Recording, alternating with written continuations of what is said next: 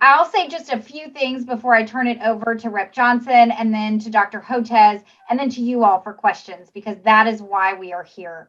But it is amazing to me to think that it was nearly a year and a half ago, almost to the day, that I met Dr. Hotez because he was testifying in the U.S. House of Representatives to our Science, Space, and Technology Committee about novel viruses and diseases and how we as a country should and could support ongoing research efforts to have vaccines in the pipeline, to make sure that we were leading in preparedness, and we were beginning to talk about the coronavirus.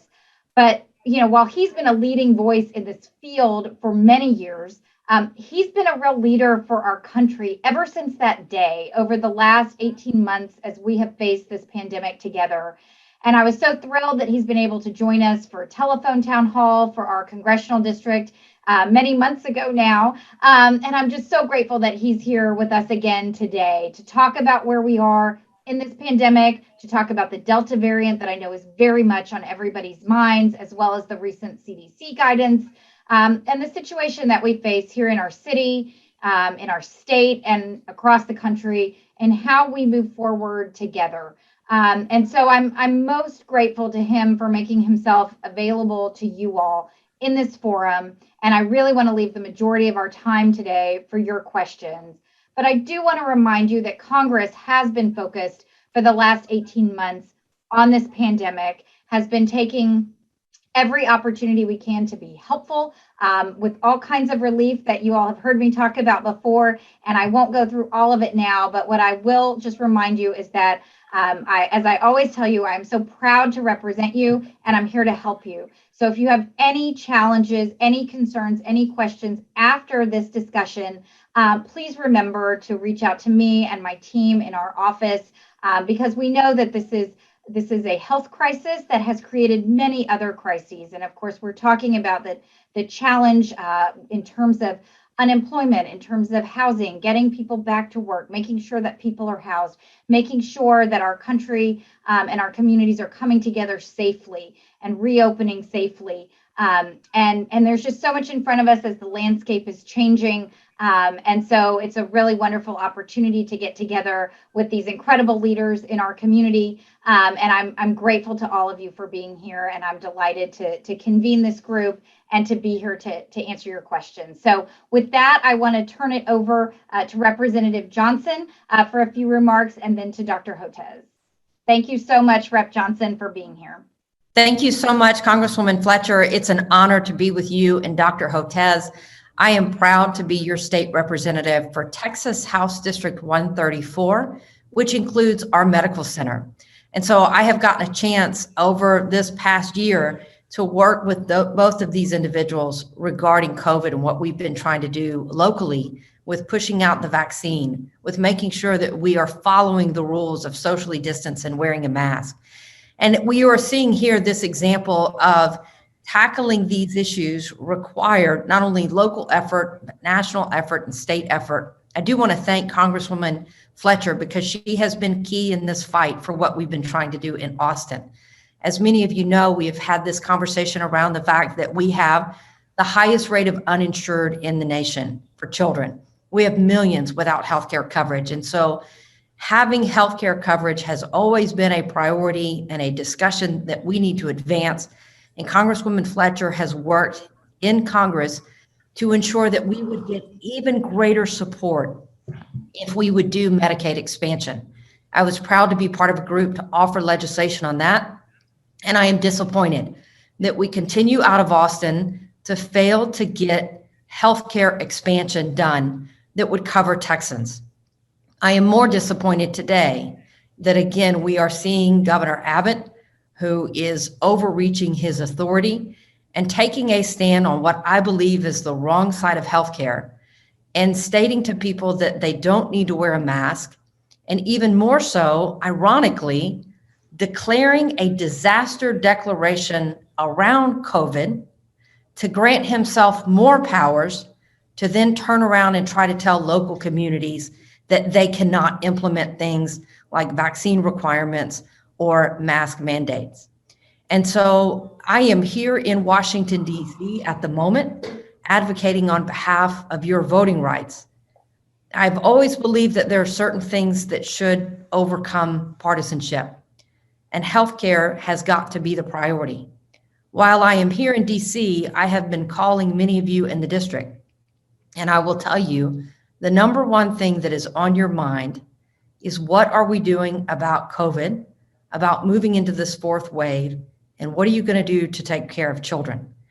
I am proud to be a group that has sent a letter to Governor Abbott asking him to not tell schools that schools can't implement their own local rules for your children's safety. I hope that schools will take the strength and the courage to ensure that healthcare is their number one guiding factor.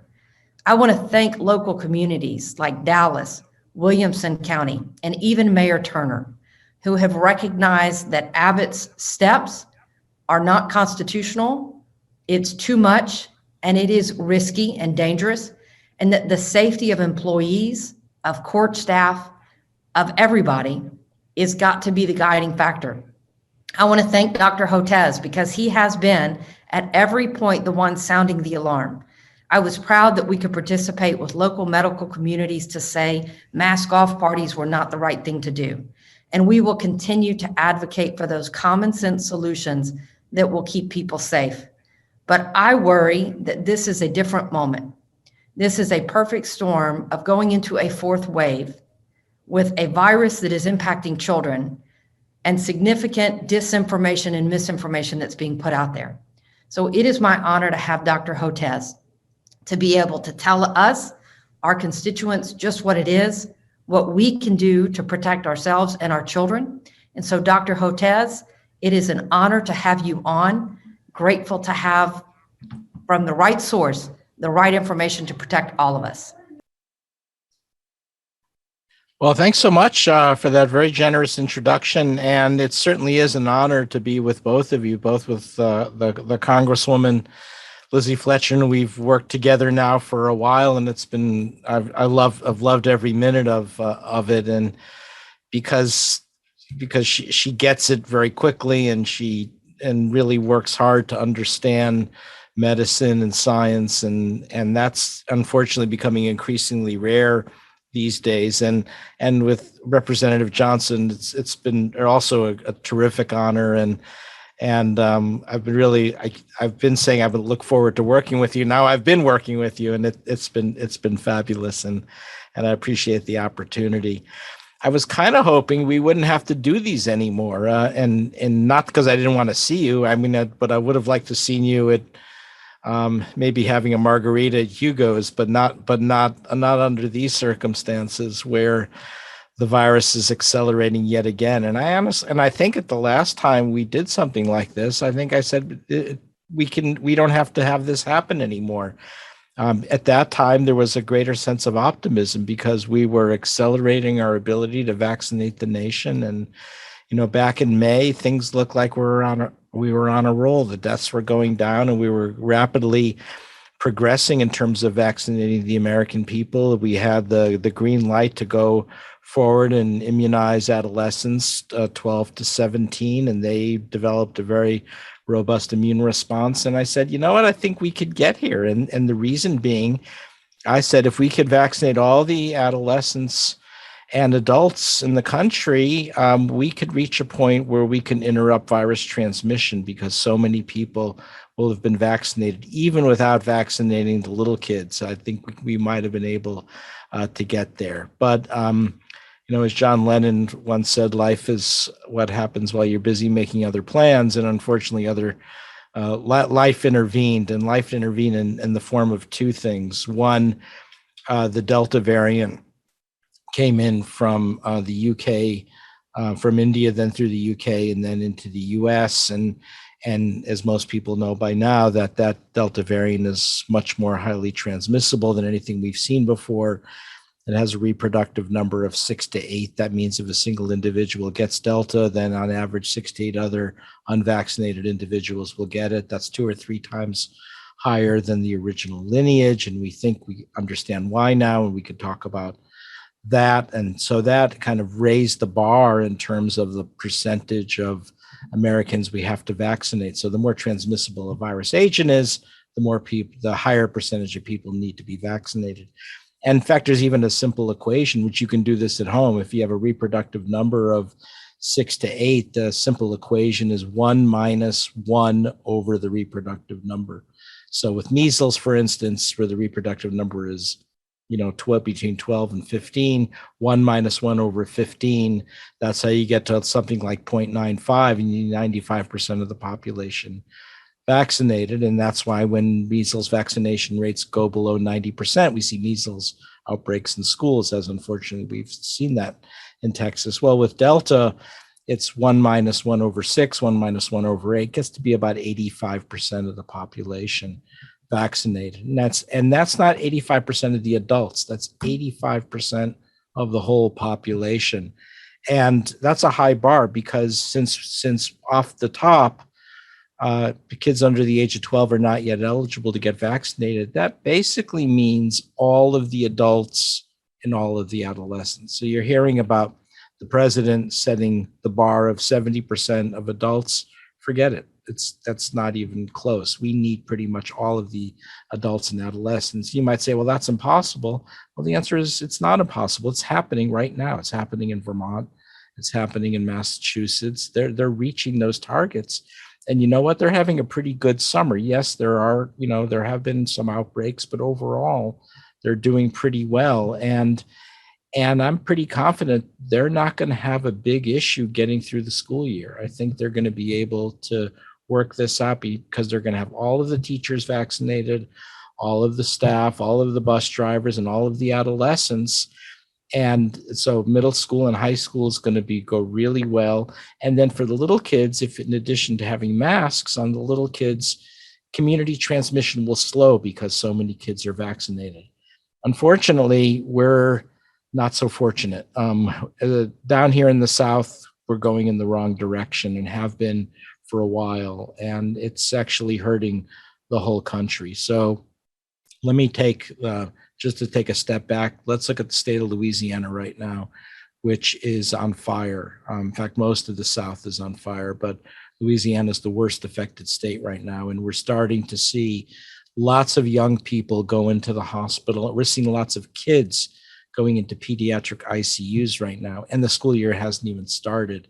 So how did we get there? Well, the state of Louisiana did actually an okay job of individuals over the age of 65. So when you look at the difference between the North and the South and individuals over the age of 65, it's not that bad. It's not that different. So, we're looking at maybe 80% of those over the age of 65 in Louisiana vaccinated versus 99% in the Northeast, or 95 to 99%. So a difference, no question about it, but not that dramatic a difference. Where the bottom falls out is in terms of how we're doing vaccinating young people. So we're looking at about 15, 16% of the adolescents are vaccinated in the state of Louisiana versus over 70% of the adolescents. That's a big difference, 70% compared to 17%. With young adults, also really low percentages, maybe 30, 40% of the young adults. So that's why things are looking so dire right now in the state of Louisiana. It's not a mystery. You've got the Delta variant that's twice as transmissible as anything we've seen before, as transmissible as chickenpox, which, most parents still remember what chickenpox was all about, highly transmissible.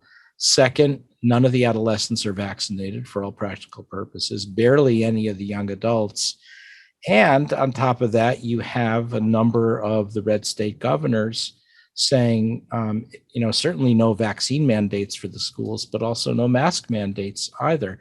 Now, the governor of Louisiana has realized, oh my God, this is a bad situation. And he's turned it around right now. And he's now, I think as of yesterday or today, now proposing mask mandates for the state of Louisiana in indoor settings. So, it would have been better to happen sooner, but maybe there's going to be some mitigation there. But now schools are opening, and I worry with such a low percentage with so much community transmission because vaccination rates are low and so few kids, and teachers and staff vaccinated, they're in for trouble. And we're already seeing, the pictures of at least 2 pediatric ICUs, one in Baton Rouge and the other one in New Orleans. They're filled up, not regular ICUs, pediatric ICUs. And so that concerns me that we're seeing this now in Arkansas, we're seeing it now in Mississippi. And again, even before school starts. So I think we're in for a really rough school year. And the frustration, of course, is it's an unforced error. We did not have to get here. Had we, either had vaccine mandates for the schools or at least the right level of advocacy for it, had we been more attentive to what was going on, instead kind of holding fast to these health freedom, medical freedom ideologies, which are incredibly self-defeating and destructive.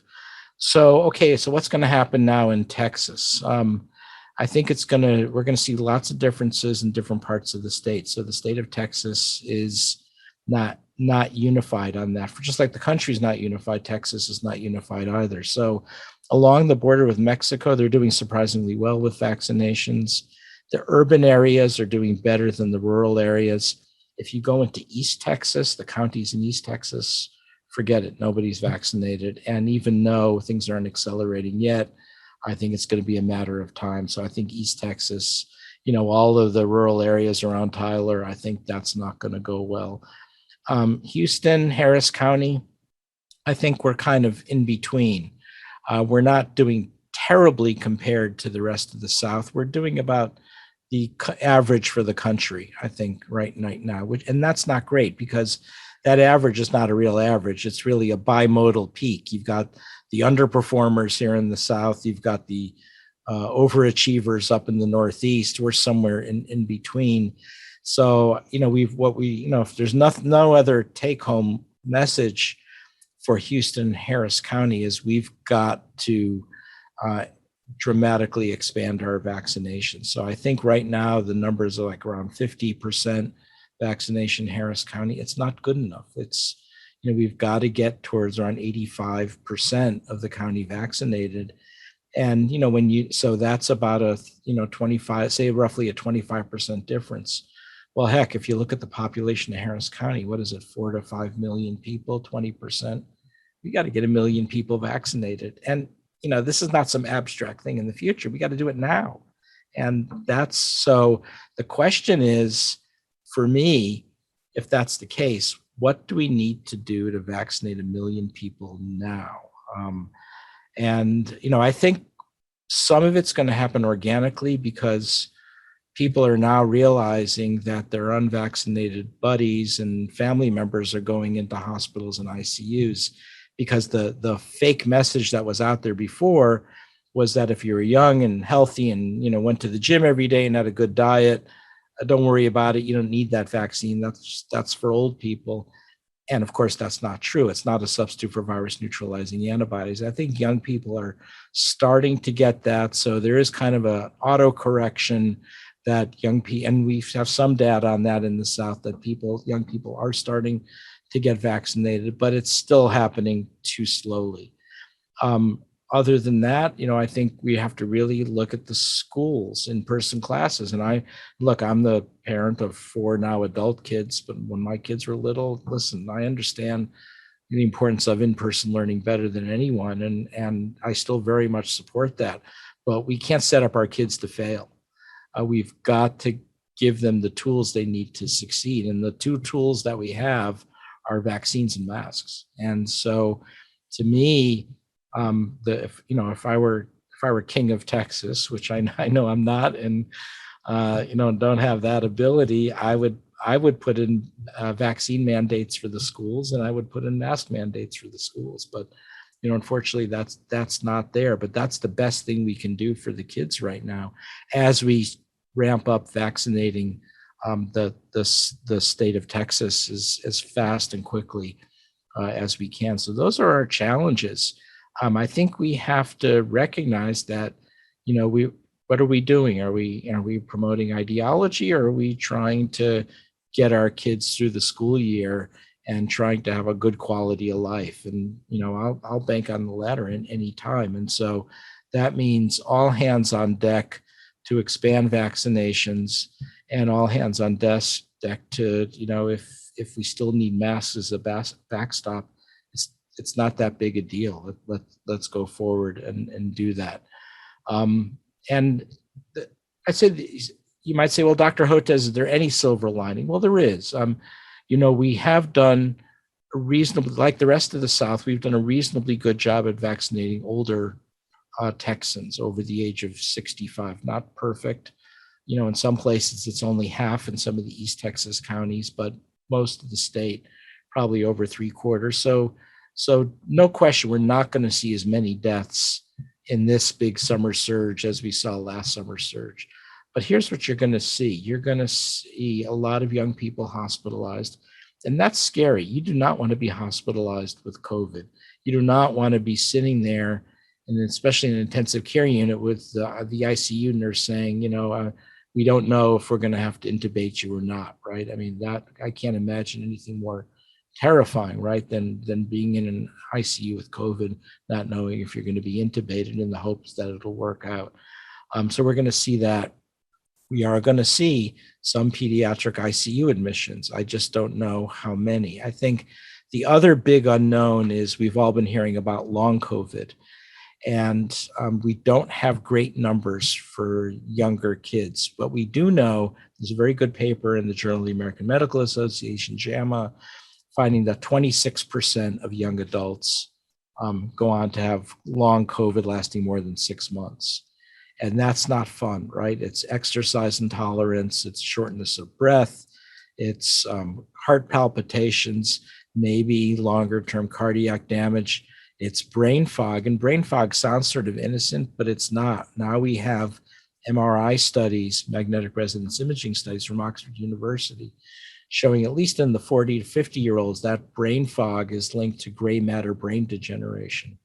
And the paper, which is still in preprint form, says it looks like the cognitive decline you see in aging. And this is done by an Alzheimer's research group. So if you're a young adult, this is a time in your life when you're starting a family, or, maybe starting a mortgage on a house, or applying to graduate school, or taking your SATs.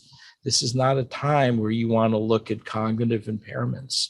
And so again, really important to stress that. I think what the bad guys do, meaning the anti-vaccine groups, what they do is they throw out the death rates, and they say, hey, look, the death rates, I get it, they're high among those over the age of 65, but look at the death rates in adolescents, they're not very high. Or look at the death rates in even young adults, they're not very high. Well, first of all, we are seeing young people get sick and very sick because the Delta variant seems to be a little bit more severe in illness. But what you're seeing are hospitalizations and that long COVID. And that's not something that you want to think about having to deal with as a young person. So mixed picture right now, a little more dire than positive, partly because I'm really concerned that we're already seeing young people hospitalized, and the school year hasn't even started. Here, HISD, Houston Independent School District, August 23rd? In Louisiana now, I think some of the parishes are starting next week, August 9th.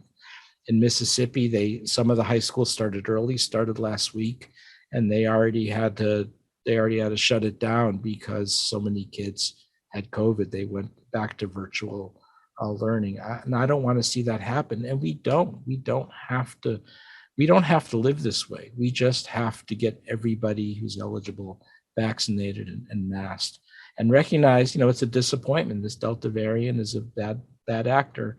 That is the reality, but we now have the tools to do this. We have good vaccines, and they're highly safe.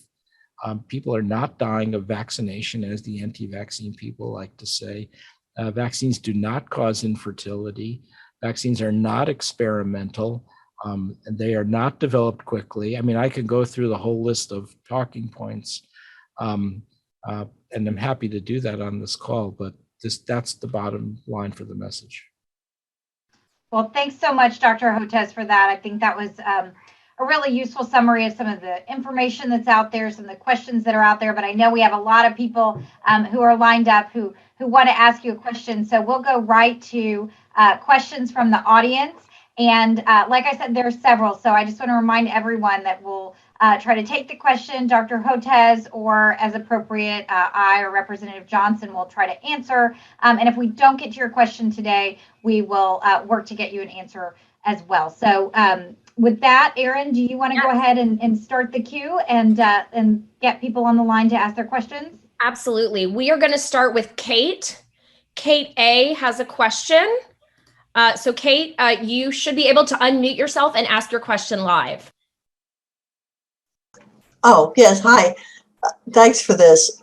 I'd like to know what the numbers are or the research is on whether someone who is vaccinated can potentially transmit to an unvaccinated person. Because as a grandparent, I've been vaccinated for a long time, but, I have small grandchildren who are not. So I think that's probably a concern for many people. I would like to hear what Dr. Hotez can tell us about that. I'm happy to, but be forewarned, it's going to be a 5-minute answer. And I'm happy to do it because I never get the chance to do it on the cable news networks because you don't get 5 minutes for one question. But it goes like this. When the vaccines were released for emergency use authorization, they were released on the basis of their ability to halt symptomatic illness and serious illness. And they were high performers. The 2 doses of the Pfizer-BioNTech vaccine or Moderna vaccine. We can also talk about J&J, but let's talk about the RNA vaccines for now. We're 95% protective at symptomatic illness, 99% protective against serious hospitalization and death. Slam dunk success. Later on, as the vaccines were being rolled out in Israel and the UK, a second performance feature emerged that the vaccines were also over 90% effective at stopping asymptomatic transmission. And what that meant was that your virus neutralizing antibody was getting into your nasal secretions, your mucosa, and stopping virus shedding from your nose and mouth. So it was also stopping you, even if you got infected, from transmitting it to others. Now with this Delta variant, the first performance feature is still pretty much holding. That a slight decrease, maybe high 80s, 88% instead of 95%, but still keeping you out of the hospital, keeping you out of the ICU, and saving your life. That hasn't changed. What might have changed somewhat is, and it's still controversial, is this Delta variant has the ability to replicate at very high amounts in your nasal passages, and possibly your mouth as well. So that if you could get a breakthrough infection, you could still be shedding a lot of virus. And that was the reason why the CDC had to backtrack on the recommendation of now putting masks on, even if you're vaccinated indoors. They did it because of the new finding. A lot of people were critical from the CDC of loosening up masks in the first place. I actually don't think it's that big a deal. It was not a bad decision, but it needs to be explained. So now it means that if you're vaccinated and you go to a restaurant or you go to a bar and you get the virus, you're most likely still going to be asymptomatic, but potentially you could bring the virus home. That's where it stood last week. Now there's additional information suggesting that yes, but the amount of time that you're shedding the virus is much less. So the initial infection, the amount of virus in your nose goes up a lot, but then it comes down very quickly. So it's not the same as being unvaccinated. So I think the risk is still pretty low, but it's still higher than it was with the previous virus lineages. So bottom line, vaccines protect really well, preventing you from getting sick, going to the hospital, with a couple of exceptions that I'll talk about. But there may be some higher rates of breakthrough infections and mostly asymptomatic or mild symptoms. And if that happens, for a couple of days, you may be shedding a lot of virus to infect other people in your home if you're not masked. The 2 exceptions are, first of all, if you're on immunosuppressive therapy, the data, at least even to the original lineages, suggests that 2 doses may not be enough to really jack up your virus neutralizing antibodies to the level you want, and you might benefit from a 3rd immunization. So if you're on, if you're a solid organ transplant individual, or getting cancer chemotherapy, or getting, possibly even some of the monoclonal antibodies, you'd probably benefit from a 3rd immunization. And I would have liked to seen the CDC or FDA weigh in on this, because they're the ones who have the data for safety and efficacy. So don't consider that a medical recommendation. I'm just saying there is small studies to support the benefits of a 3rd immunization, which, if you're going to consider it all, you want to have that most of those individuals are in the care of an oncologist or a rheumatologist or an allergist, and you want to have that conversation with your specialty physician if you can get it. It's not even clear that the pharmacist will give it to you if they know you've already had 2 immunizations. There's a lot of variability there. The other groups that still we're looking into in Israel right now, they're recommending a 3rd immunization for everyone over the age of 60. And I don't know if we're going to head there in the United States or not, but I think those are the things that you may see change in terms of 3rd immunizations for those on immunosuppressive therapy and for older Americans with the age cutoff to be determined. And that may sound frustrating, but remember, this is responding in real time to shifting nature of the pandemic. So I think overall the recommendations so far are sound. Like I said, not a 30-second UNICEF commercial. It takes time to go through that. Wonderful. Well, we're going to move on to Allison T. Allison T has a question. So we're going to get you unmuted. Allison, you should be able to unmute yourself and ask your question now.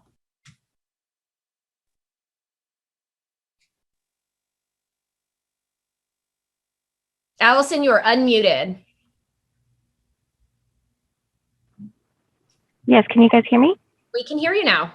Okay, yeah, so I was just wondering, and I apologize if I missed this, but is there enough data now to know between the 3 different vaccinations here in the U.S., which ones are more protective against the breakthrough infections?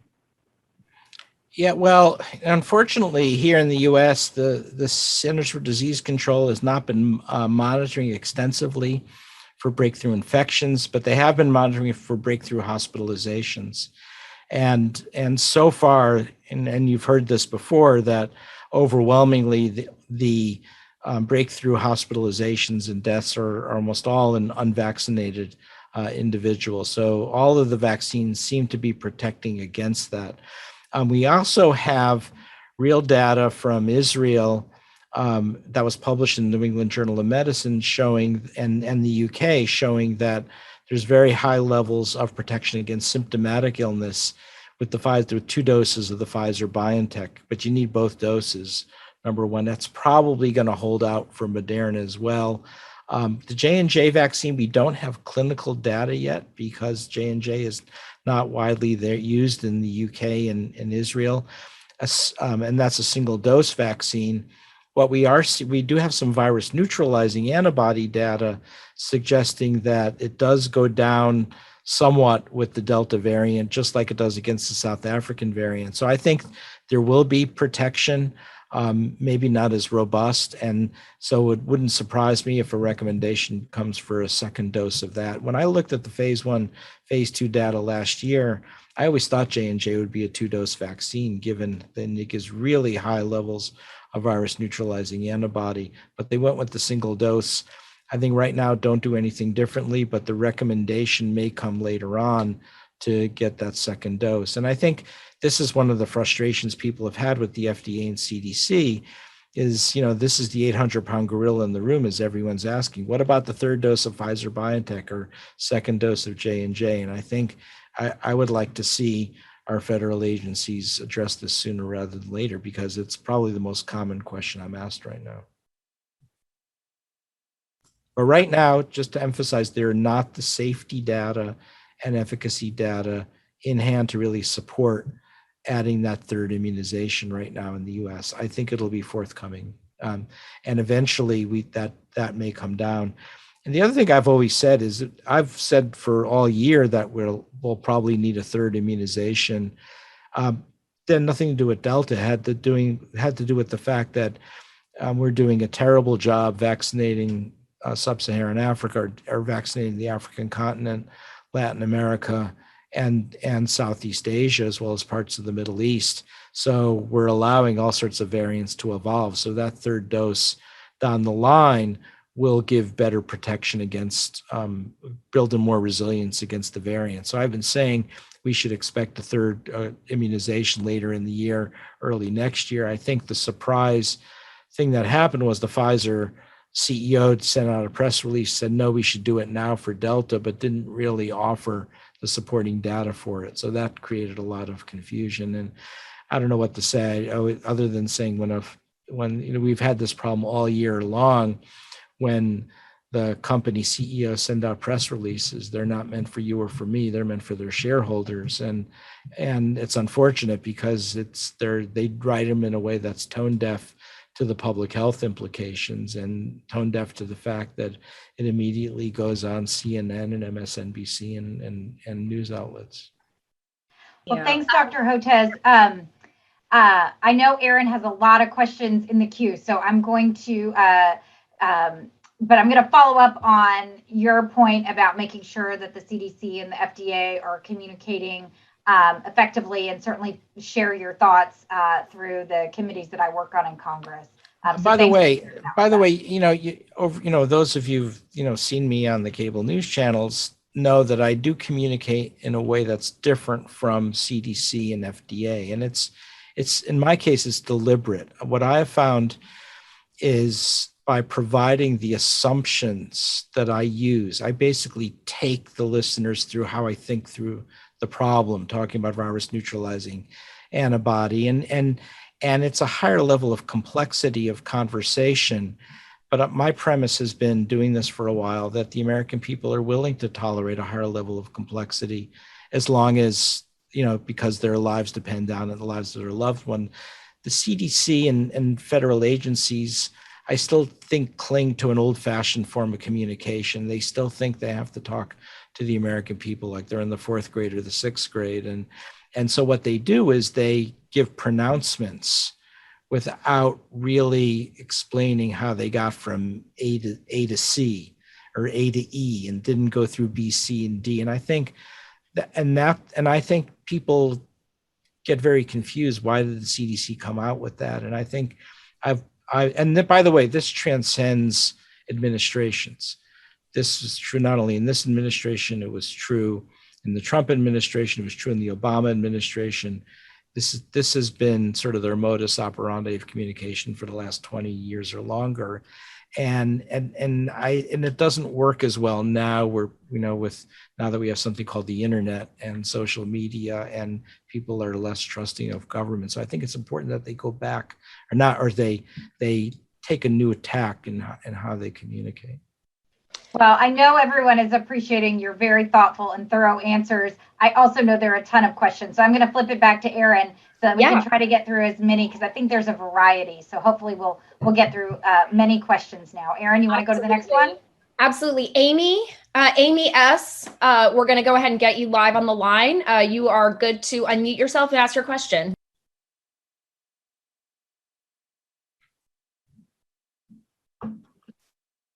Hi, can you hear me?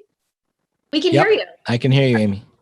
Okay. I had several questions queued up, but you've answered quite a few of them. I'm going to skip to how do you convince somebody who is vaccine hesitant? How do you nudge them? I know several people like that. And one of them actually was a healthcare provider for me, a dental healthcare provider. And she did eventually get it, but I don't think it was through anything I said. Well, the way I look at this is the people who are vaccine hesitant, or people really digging their heels and refusing, I see them as victims, and they're victims of a vast disinformation empire and campaign that has been allowed to grow in the United States. It started in the 90s. It took on a political dimension around 5 or 6 years ago. And unfortunately, now the disinformation is what dominates the internet. The Center for Countering Digital Hate, I mean, it's amazing. We have to have an organization called the Center for Countering Digital Hate, now finds that if they look at the 12 leading anti-vaccine non-governmental organizations, they have 60 million followers on social media sites. And they're not grassroots organizations. These are well-funded, well-organized entities that bring in a lot of revenue. They monetize the internet through advertising. They're selling fake stuff, fake books on Amazon. Amazon is now the leading promoter of fake anti-vaccine books. You can even do this at home. If you go to Amazon.com, go to books at the top, like everybody's done, press return, you'll get a scroll down menu at the left. In the middle of the page says health, fitness, and dieting. And then you click on that, you'll get the books on vaccinations, and click on that and watch the horror show. I mean, it's just all fake anti-vaccine COVID conspiracy books. They're selling fake nutritional supplements. They're selling fake autism cures. They are really dangerous. And in addition to that, unfortunately, there's been this link now to far right-wing extremism and anti-vaccine, anti-science activities. And you see this play out on some of the conservative news channels at night, putting out fake information about vaccines, and they target scientists, they target me, and well, of course, they target Dr. Fauci and others. And then now the U.S. and British intelligence has been reported the Russian government has been actively involved in using anti-science, anti-vaccine messaging as a wedge issue to destabilize their country, and it's working. So anti-science is now a major component of what's being called weaponized health communication. So it's a monster. It's an anti-science empire, and the actual content of the things they say to me matters less than the fact that they're putting it out there. And it's like whack-a-mole. You knock one thing down, another one pops up. So among the fake statements are that vaccines are experimental, you're being experimented on. They're saying that in fact they cause infertility. They say it's not really a vaccine, it's gene therapy. It neglects the fact that the cell has a nucleus and cytoplasm and doesn't get into our nucleus. But they just put this stuff out there, that there's chips in the vaccine, that there's nefarious intent. All of this is deliberate disinformation as opposed to misinformation. Misinformation is just wrong information. Disinformation implies intent. So that's what we're up against. And now you've even got groups that are tying their political identity to not getting vaccinated, which is so self-defeating. So, when you approach somebody, the key is not to get angry and recognize that they're being victimized by this very organized disinformation campaign, and try to listen to what their concerns are. And then, 9 times out of 10, that's just one of the 10 top fake talking points that they'll put out there. Well, and Dr. Hotez, I think that one of the things that's really useful here is that I know there are a lot of people here to hear your accurate information, medically accurate information, and we're getting a lot of questions about kids and what to do with kids under 12. And so I know Aaron, I think, has somebody lined up to talk about that, but there are a lot of questions on this topic. Aaron? Yeah, I thought I would just, Amy and Jennifer, quite a few people had this question, but when will vaccines be available for, someone asked about an 8-year-old and a 5-year-old, but basically when will vaccines be available for kids under the age of 12? And sort of on a follow-up of that, what would be the recommendation for children gathering who are under 12? What would be your advice there? What are your thoughts on those gatherings for that age group in particular? Well, in terms of approval or emergency use for kids, we've got 3 answers from the federal government. We have the FDA has said that they've now are giving these vaccines priority review, so that for the general population, no later than January, but we don't really know about kids. And then the president has given that very clear-cut answer of, quote, soon. And then later he said September for general approval. For the little kids, it's hard to say. I think, I didn't think we'd have it in 2021, but I think given how COVID is accelerating in the kids, I think we're trying to work harder to see if it can come out sooner, maybe by the fall, but it's hard to know. But I think you have to go into the school year with the assumption that vaccines will not be available for kids under the age of 12. And that's why it's so important to get everybody else vaccinated, because that will limit community transmission like they're doing up in the Northeast. So I think what you can say for little kids is have them masked, in the schools, and hoping that all the staff and the teachers are masked as well. But without mandates, there's no question you're going to have unmasked kids, and it doesn't look like there's much you can do about that. And so hopefully, the fact that the kids are masks, it's not that comforting, right? Because they're kids, right? And you know how kids are, they're going to, first day of school, they're going to trade masks, right? And they're going to, and it's hard for them to remember to keep it on all the time. But I think if we can build that culture in, and if we can keep community transmission down, that's really going to be the key. In terms of the more outdoor things you can do with the kids, the better. I know this time of year, it's, we're moving into the August season, which is never fun here in Houston, but, being outdoors is rough, for the next couple of months. After that, I think if we could do more things outdoors, and, hold some classes outdoors when possible, I think that will help as well, because outdoors is definitely going to be a safe space, ensuring that the schools are ventilated. And by the way, I've been talking to teachers and school boards and superintendents and principals all last 2 years, and I know they're doing everything humanly possible to make this safe. But certainly if you have adolescents, anyone over the age of 12, the best thing you can do is get them vaccinated and masked, and the little kids have them masked whenever possible when they're indoors in the classroom. Another question that we've gotten a couple times, so I know we're wrapping up, so I'm going to kind of summarize a few of the hot topics. What are your concerns with Lambda? I know that's something folks have heard on the news, that wanted to get your thoughts on that. To me, Lambda looks similar to Delta. There's a key vaccine escape mutant in the 452 position. I think it goes from a leucine, instead of a leucine to an arginine, it's a leucine to a glutamine. So I think it's similar. I don't know that it'll take off or not, because Delta is just so dominant right now. So as long as Delta's accelerating like it is right now, even though Lambda's here, it doesn't look like it's taking off. Just like P1 never really took off when the UK variant is here.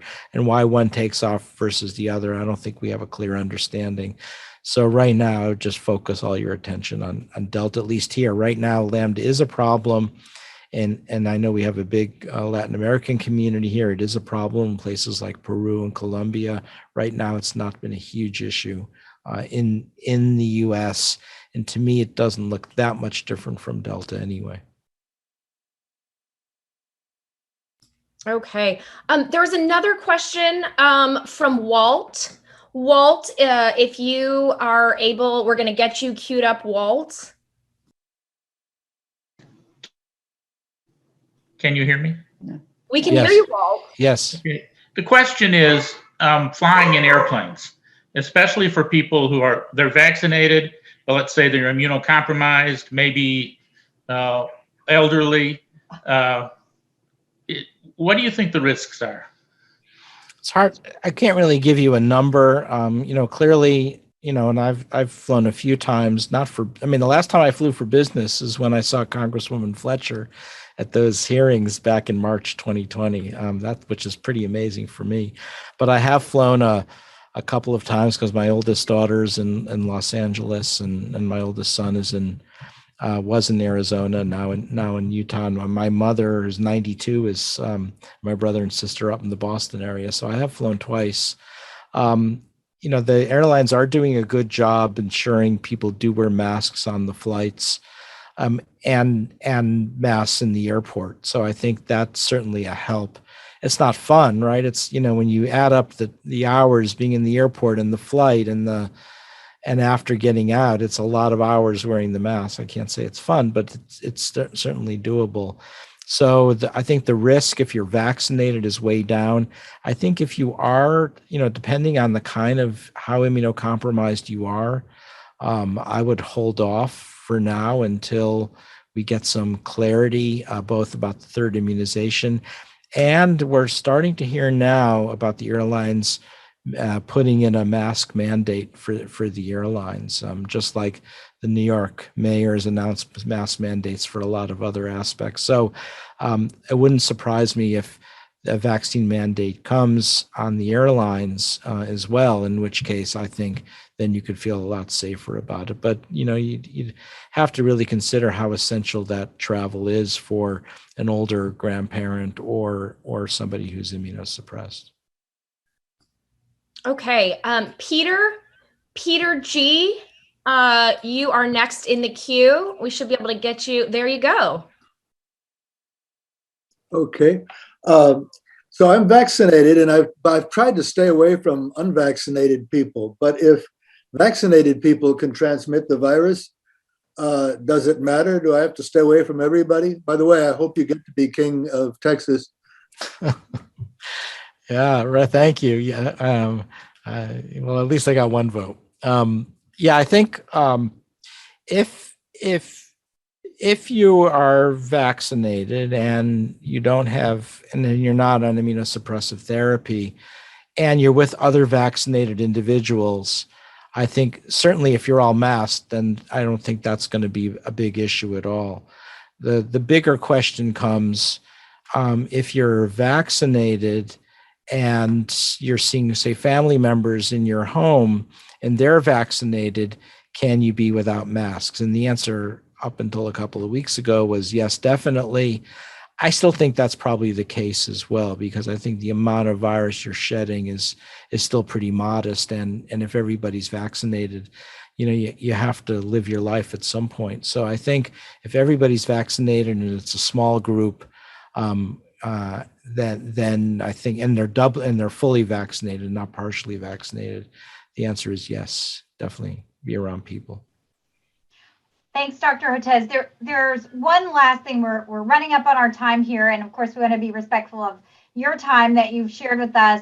But there are several questions in here about sort of global use of vaccines, and certainly our vaccine diplomacy and how the United States is participating in efforts to get people vaccinated around the world, and questions about the importance of that, questions about how that works for us. And obviously this is an area of your expertise where you have spent so much of your life researching and focused on eradicating tropical diseases and developing vaccines. And y'all have just done an incredible job here at Texas Children's, as you have throughout your career. But I think, could you, before we totally wrap up, could you just talk a little bit about your views on why it's important to make sure that people around the globe have access to the vaccine? You touched on it a little bit earlier, but I think that in response to these questions, that would be a great place to have your perspective as well.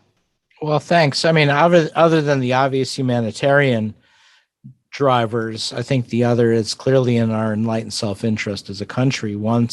First to prevent new variants of concern from emerging, including vaccine escape mutants. It's also critical for our economy, especially in Houston, where we have, the oil and gas industry is so prominent. I mean, my youngest son is in the oil and gas industry, and it's an international business or business, as we say. And if you can only do business with Nordic countries, Western Europe and the UK, and maybe Canada, that's not going to get you very far. We need to fully open up that $100 trillion global economy, and that's the best way to do is to get everybody vaccinated. Now, the Biden administration has been making commitments of donating doses. They're saying 200 million doses of the Pfizer-BioNTech this year, maybe 50, 60 million of the AstraZeneca vaccine. They've done some patent waivers, which I don't think are going to be very impactful, at least in the near future. And what I've been saying, is that it's not good enough. And here's why: because we've got now 1 billion people in Africa who are not vaccinated, 650 million people in Latin America, 500 million people in the smaller low-income countries of Asia. That's 3 billion people. We need 6 billion doses of vaccine.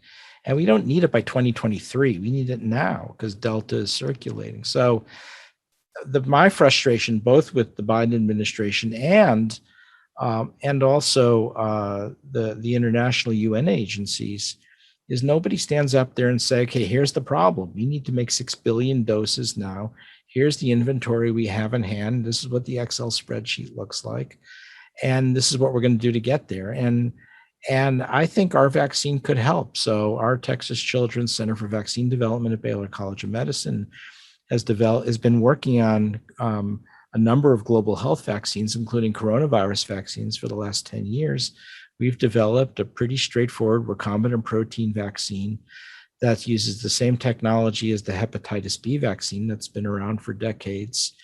Great safety profile. It looks really good in clinical trials. We've Biological E, one of the big vaccine producers in India, is producing it for India. The Indian government's done an advance purchase of 300 million doses. So hopefully it'll be released for emergency use authorization in India later this summer. We've licensed it to Indonesia, which is making now a halal version of our vaccine, which is exciting. And that's going to be very important. But we need the rest of the world vaccinated. And so what I would like the Biden administration to do is own this. And it's not very expensive. We think we can do this for $1.50 a dose, about the least expensive of any of the vaccines. For $6-7 billion, we could vaccinate the world. And the US doesn't even have to pay for all of that. The other G7 countries can help. So for a few $1 billion, we're avoiding, we're avoiding taking on one of the most important global security and global economic issues out there. And I've just not been able to make that case to them. And so hopefully we can keep plugging away. And now I've got a new mission for Congresswoman Lizzie Fletcher, which I know she's going to be delighted to help with. So.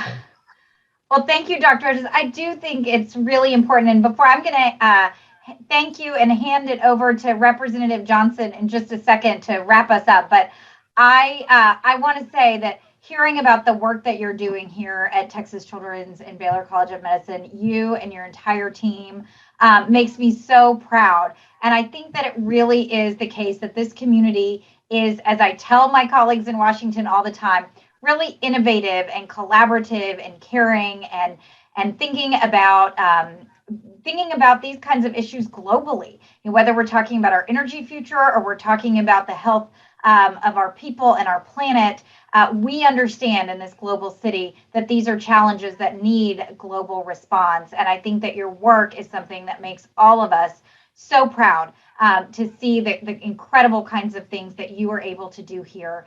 And I really thank you for spending a whole hour with us tonight, sharing your insights and thoughts and really giving those in-depth answers that you don't get on cable news because there just isn't the time. And I know we've had hundreds of people with us tonight who are really grateful for your insights. Obviously, we did not get to all of the questions, but I think as Aaron started to summarize them, we really covered a lot of the high points where we have questions. But I encourage everyone who is listening, who still has questions, to lean in, to call my office if you need help, to look at the Harris County Public Health information website. There is a lot of good information out there, and we know what we're hearing from our leaders in our city and county that unfortunately with the Delta variant, cases are on the rise in the state of Texas, in Houston and Harris County.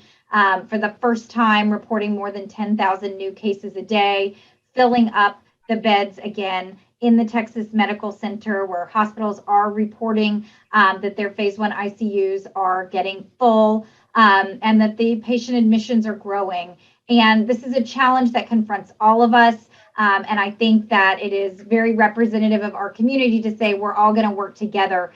So that means getting your vaccine if you haven't done it already. Hopefully you've gotten the information that you need today, but you can find your nearest location to get vaccinated by going to vaccines.gov or calling 1-800-232-0233. I'll say that one more time, vaccines.gov or 1-800-232-0233. I hope I read it right the first time. But also, just listening to the guidance from our local leaders, from the CDC, that, wearing a mask again, even though, we'd had some prior guidance before, that Delta is showing us that it's time to mask up again. And we're doing it for our community, doing it for the kids who can't get vaccinated yet that we talked about today, doing it for folks who are immunocompromised, making sure that we are taking what I consider a very Houston approach and prioritizing our neighbors. And Dr. Hotez, I know you do that every day, as does Rep. Johnson. I'm so honored and proud to have you as my representative in the Texas legislature, Rep. Johnson. So I'd love to turn it over to you now for your closing thoughts, and thank you both for partnering with us tonight and for all you both do for our community. Thank you, Congresswoman. Before Representative Johnson finishes, I just want to say also that a lot of the things that I'm saying tonight is after a lot of deliberative discussion with colleagues. We are incredibly blessed here in Houston. There's not a week that goes by that I don't talk to someone like James Musser at Houston Methodist Hospital, or my colleagues at Baylor or Texas Children's, or Eric Borwinkle at University of Texas School of Public Health. The list goes on. And we are blessed not with just one amazing health department, three. The Harris County Health Department's extraordinary. Houston Health Department, talking to people like David Pearce. Also, our state health department is tremendous, and incredible local leadership. Our county judge, Lena Hidalgo, and the Mayor Turner. I'm in conversation with them pretty regularly, and everybody is, really putting egos aside to try to figure this out. Everybody's worried, everyone's upset, and the spirit of cooperation in this city and county is just extraordinary, and I'm just so proud to be part of it. Well, thank you. And I will say, just in response to that, and then Ann Johnson gets the last word, that is why I always say we need a little more Houston in Washington, D.C. And it couldn't be more true than the way you just described it, that we're all working together to solve this problem. And we're so grateful for you for what you're doing. Rep. Johnson. Congresswoman Fletcher, thank you so much for your leadership nationally in ensuring that we have sound policies, great coverage of healthcare, and understanding the importance of advocating for us at both the state and a federal level. Dr. Hotez, thank you so much for your wonderful information, your generosity with your time always. It's an honor and a pleasure to be able to work with you and have this good information being given out truly to all those that can reach us on social media. And so this is the good kind of outreach on social media and information. And I'm so proud of everybody in the medical center. We really do have an incredible medical center, and you guys have been on the front end of this pandemic and advocating for what is best. And we hear you, which is to get vaccinated and wear our mask. And we will continue to push that locally with the state. I see the question and answer. So many folks that have asked about schools. We'll continue to advance this interest, but we will be with you in vaccinating and wearing our mask. And thank you again for the honest information and discussion about what we can do collectively as a community to get stronger and get through this pandemic. Thank you, Congresswoman Fletcher. Well, of course, and thank you all for being here. Thanks to Rep. Johnson, thanks to Dr. Hotez, and thanks to everybody who's been here and participating.